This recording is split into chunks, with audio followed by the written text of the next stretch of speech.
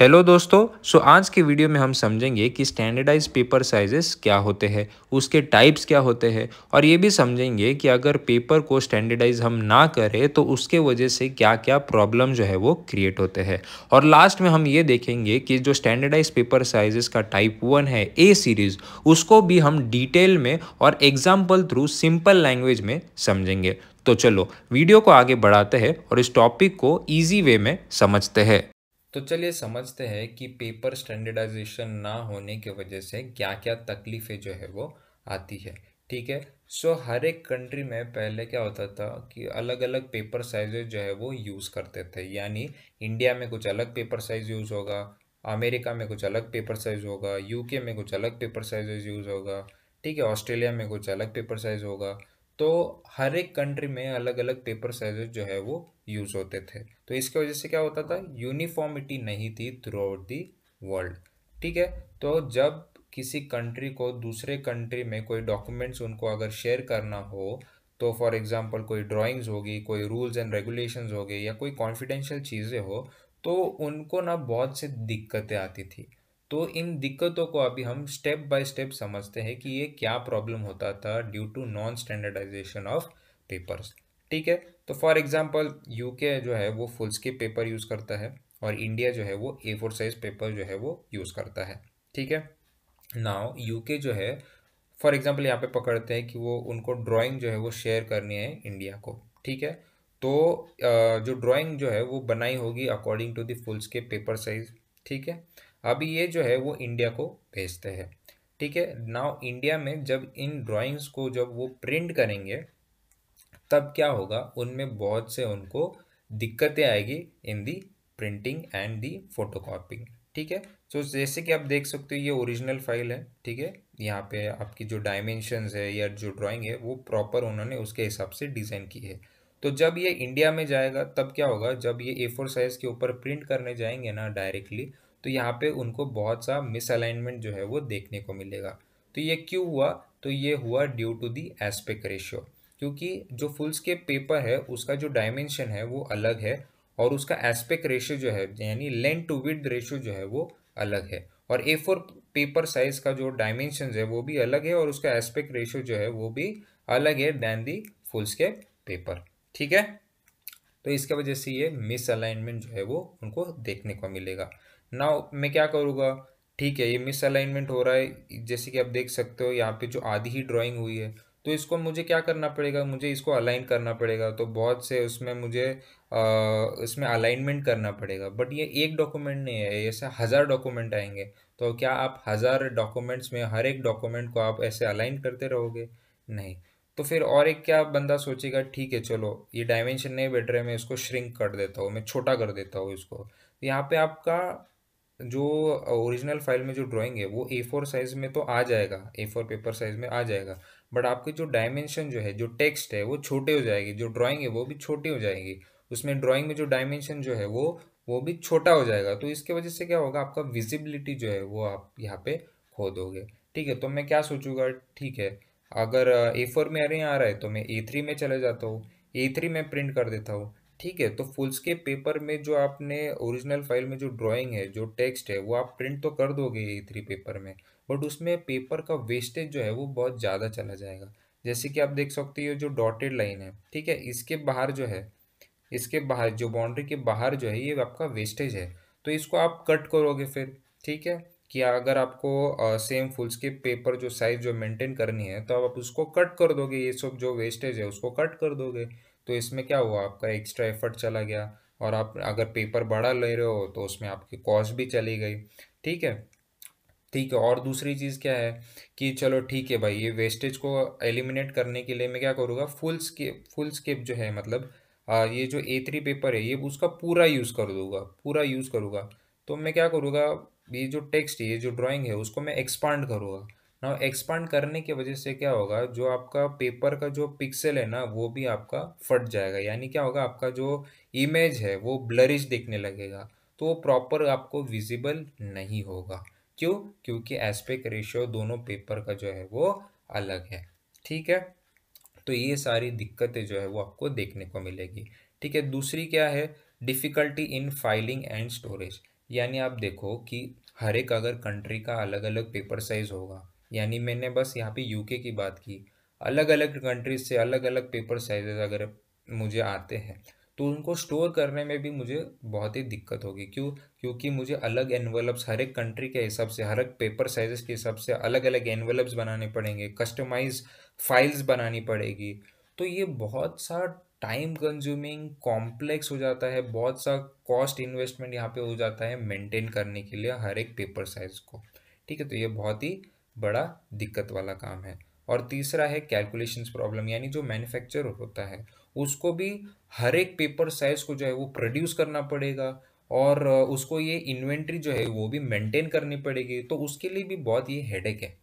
ठीक है, so paper standardise ना होने की वजह से इतने सारी दिक्कतें जो है वो आती है। ठीक है, तो इसके वजह से पेपर का स्टैंडर्डाइज होना बहुत ही ज़रूरी है, ताकि कोई भी कंट्री जो है जब वो किसी भी कंट्री को डॉक्यूमेंट शेयर करेगी तब उसको इतने सारे प्रॉब्लम जो है वो देखने को नहीं मिलेंगे। और एक एग्जांपल मैं देता हूँ, फॉर एग्जांपल आपका जो मोबाइल का चार्जर है, ठीक है, अभी तो सब सी टाइप जो है वो यूज़ करते हैं। पहले क्या होता था कि हर एक कंट्री में हर एक कंपनी का अलग अलग चार्जर होता था।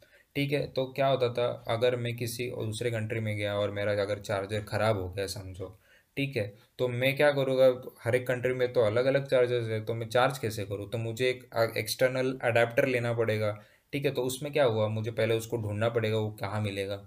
फिर उसमें मैंने कॉस्ट इन्वेस्ट की, मैंने वो अडेप्टर ख़रीदा, फिर मैंने जो फ़ोन जो है उसको मैंने चार्ज किया। ठीक है, तो यही अगर मैं चार्जर को स्टैंडर्डाइज कर दूँ, यानी मैं सी टाइप ला दूँ, तो हर एक कंट्री में अगर सी टाइप चार्जर यूज़ करोगे तो आपका जो कॉस्ट है वो भी बच जाएगी, और आपका जो एफर्ट आपने लिया कि वो अडेप्टर ढूंढने में, वो भी आपका यहाँ पे कम हो जाएगा। ठीक है, तो स्टैंडर्डाइज होने की वजह से आपका जो प्रॉब्लम है वो यहाँ पे सॉल्व हो गया। सो सिमिलरली पेपर साइजेस में भी स्टैंडर्डाइजेशन होने की वजह से ये जो भी प्रॉब्लम्स होते हैं, जैसे कि अलाइनमेंट का इशू होना, या जो आपका एनवलप फाइलिंग होना, या स्टोरेज होना, या पेपर प्रोडक्शन होना, ये जो है वो जो सारी जो प्रॉब्लम्स है वो भी एलिमिनेट हो जाएंगे।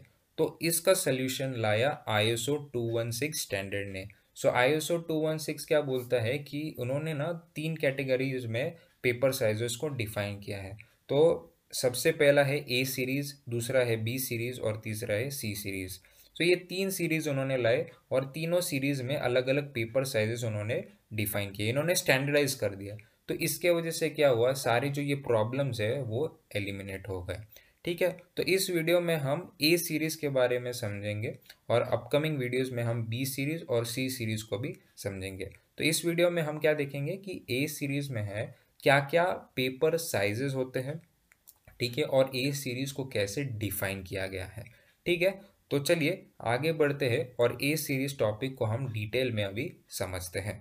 तो चलिए अब समझते हैं ए सीरीज पेपर को। ठीक है, तो ISO 216 के अकॉर्डिंग ए सीरीज के पेपर को डिफाइन किया है बाय 3 की पॉइंट्स।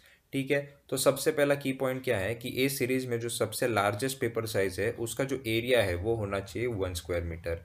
ठीक है, यानी लेंथ इंटू विड्थ, अगर आप उस डायमेंशन जो जो भी लार्जेस्ट पेपर साइज है उसका जो डायमेंशन है उसको जब आप मल्टीप्लाई करोगे तब आपको उसका एरिया जो है वो मिलना चाहिए 1 स्क्वायर मीटर। ठीक है, दूसरा की पॉइंट यह है कि एस्पेक्ट रेशियो, ए सीरीज में कोई भी पेपर साइज ले लीजिए, उसका जो एस्पेक्ट रेशियो है यानी लेंथ डिवाइडेड बाय विड्थ का जो रेशियो है वो होना चाहिए √2:1 या फिर 1.41:1। अभी यहाँ पे सारे पेपर साइजेस का एस्पेक्ट रेशियो सेम है, उसके वजह से क्या होगा, तो आप अगर कोई भी पेपर में कोई ड्राइंग बनाते हो या कोई डॉक्यूमेंटेशंस बनाते हो, और अगर आपको कोई दूसरे पेपर साइज में अगर उसको प्रिंट करना है तो वो बहुत ही इजीली होगा, उसमें अलाइनमेंट जो है वो प्रॉपरली आपको दिखने को मिलेगी, वहाँ पे कोई मिस अलाइनमेंट या कोई श्रिंकेज या एक्सपांशन करने की ज़रूरत नहीं पड़ेगी। क्यों नहीं करनी पड़ेगी? क्योंकि जो एस्पेक्ट रेशियो है सारे पेपर का वो आपका सेम है। ठीक है, तो जैसे कि हमने एग्जांपल देखा था फुल स्केप पेपर से, हम जब A4 में करते हैं तब वहाँ पे बहुत अलाइनमेंट करना पड़ता है, बहुत मिस अलाइनमेंट्स होती है, और बहुत वेस्टेजेस होता है, तो ये आपको देखने को यहाँ पे नहीं मिलेगा। क्यों? क्योंकि यहाँ पे एस्पेक्ट रेशियो जो है वो आपका सेम है और पहले के एग्जाम्पल में दोनों पेपर्स के एस्पेक्ट रेशियो डिफरेंट होने के वजह से ये सब चीज़ें देखने को मिलती थी। ठीक है। तीसरा है कि कोई भी अगर आप पेपर लेते हो और उसको अगर लेंथ डायरेक्शन में आप उसको फोल्ड करते हो इनटू हाफ और कट करते हो तो आपको उसका नेक्स्ट पेपर साइज जो है वो मिलता है। यानी इसका क्या है, मैं आपको एक एग्जांपल देता हूँ। ठीक है, जो A4 पेपर है उसको अगर लेंथ डायरेक्शन में आप अगर उसको हाफ करते हो और कट करते हो तो आपको दो A5 शीट जो है वो आपको मिलती है। यानी इसका क्या मीनिंग है कि अगर आप कोई भी पेपर को अगर हाफ में फोल्ड करते हो अलोंग द लेंथ डायरेक्शन और कट करते हो तो आपको नेक्स्ट पेपर साइज जो है वो मिलती है। ठीक है, समझ गए। और एक एग्जांपल देता हूँ A3 पेपर। ठीक है, A3 पेपर को लेंथ डायरेक्शन में अगर मैं फोल्ड करता हूँ पेपर को इनटू हाफ और उसको मैं कट करूँगा तो मुझे दो A4 शीट जो है वो मिलेगी। ठीक है, तो ये ए सीरीज के जो 3 की पॉइंट्स है वो ISO 216 जो है वो बताती है। सो ए सीरीज में 11 तरीके के पेपर साइजेस जो है वो होते हैं। सो जैसे कि आप टेबल में देख सकते हो A0, A1, A2, A3, A4, A5, A6, A7, A8, A9 और A10। सो ए सीरीज में जो सबसे लार्जेस्ट पेपर साइज होती है वो A0 होती है और ए सीरीज में जो सबसे स्मॉलेस्ट पेपर साइज होती है वो A10 होती है। ठीक है, तो यहाँ पे मैंने डिस्कस किया था पहले कि अगर आप कोई भी पेपर साइज को अगर आप फोल्ड करते हो इनटू हाफ और उसको कट करते हो तो आपको नेक्स्ट पेपर साइज जो है वो देखने को मिलती है। ठीक है, सो यहाँ पे एग्जांपल लीजिए जैसे कि A0, उसका डायमेंशन क्या है 1189 इंटू 841। ठीक है, सो यहाँ पे अगर मैं A0 को अगर लेंथ डायरेक्शन में पेपर को फोल्ड करता हो इनटू हाफ तो यहाँ पे आपको देखने को क्या मिलेगा, 1189 का जब आप हाफ करोगे तब आपको मिलेगा 594। ठीक है, तो वो नेक्स्ट पेपर साइज का डायमेंशन आपको देखने को मिलेगा। ठीक है, यहाँ पे विड्थ तो कांस्टेंट है, ये विड्थ को हमने कुछ हाथ नहीं लगाया तो वो नेक्स्ट पेपर साइज में वो एज इट इज जो है वो चली जाएगी। तो आप देखोगे यहाँ यहाँ पे A0 में विड्थ थी 841 और यहाँ पे A1 में वो एज इट इज आ जाती है। और जैसे कि हमने पेपर को लेंथ डायरेक्शन में हाफ किया था तो यहाँ पे वो उसका 1189 का जब हाफ करोगे आपको 594 मिलेगा। सो इस तरीके से जब आप A0 को हाफ करोगे तो आपको नेक्स्ट पेपर साइज जो है वो देखने को मिलेगी। ठीक है, तो A1 में आपको उसका डायमेंशंस मिल जाएगा। सिमिलरली आप A1 साइज जो है अभी लेंथ उसका 841 है, विड्थ उसका 594 है। ठीक है, तो लेंथ को जब आप हाफ करोगे तो आपको A2 पेपर साइज जो है वो मिल जाएगी। यानी 841 को जब हाफ करोगे तो आपको 420 मिलेगा अप्रोक्सीमेटली। ठीक है, तो और आपका जो विड्थ था A1 का वो एज इट इज A2 में आ जाएगा। सो इस तरीके से इसके डायमेंशन जो है वो डिफाइन किए गए हैं। ठीक है, नाउ जो आपके जो अल्फ़ाबेट्स होते हैं, जो साइजेस में जो अल्फ़ाबेट होते हैं वो आपका डिफाइन करता है सीरीज़ कौन सी है पेपर की। ठीक है, अगर बी होगा तो बी सीरीज़ का पेपर है, ए है तो ए सीरीज़ का पेपर है, सी है तो सी सीरीज़ का पेपर है। और जो ये जो नंबर्स बताए जाते हैं, ये जो 0 1 2 3 ये जो नंबर्स है वो डिफाइन करते हैं कि कितने टाइम जो है वो पेपर हाफ हुआ है फ्रॉम दी लार्जेस्ट साइज। यानी A4 फॉर एग्जांपल A4 में पकड़ता हूँ तो वो 4 टाइम्स हाफ हुआ है, हाफ्ड हुआ है of the A0 paper size. ठीक है, तो ये जो है वो नंबर जो है वो डिफाइन करता है। ठीक है, सो इस तरीके से ISO 216 ने ए सीरीज को डिफाइन किया है। ठीक है, तो आई होप आपको ये जो ए सीरीज जो है ये अच्छी तरीके से समझा है। ठीक है, तो अगर आपको कोई भी डाउट्स है आप प्लीज़ उसे कमेंट बॉक्स में लिख दीजिए, हम आपके क्वेश्चंस को जल्दी आंसर करेंगे। ठीक है, तो नेक्स्ट वीडियो में हम बी सीरीज और सी सीरीज को समझेंगे। ठीक है, अच्छे से स्टेप बाय स्टेप, ताकि आपके जो कंसेप्ट है स्टैंडर्डाइजेशन ऑफ पेपर्स के रिलेटेड वो क्लियर हो जाए। ठीक है, तो अगर आपको ये वीडियो पसंद आए प्लीज़ इस वीडियो को लाइक करें, इसे शेयर करें और सब्सक्राइब करें वी सिंप्लीफाई चैनल को। तो मिलते हैं नेक्स्ट वीडियो में नए टॉपिक के साथ।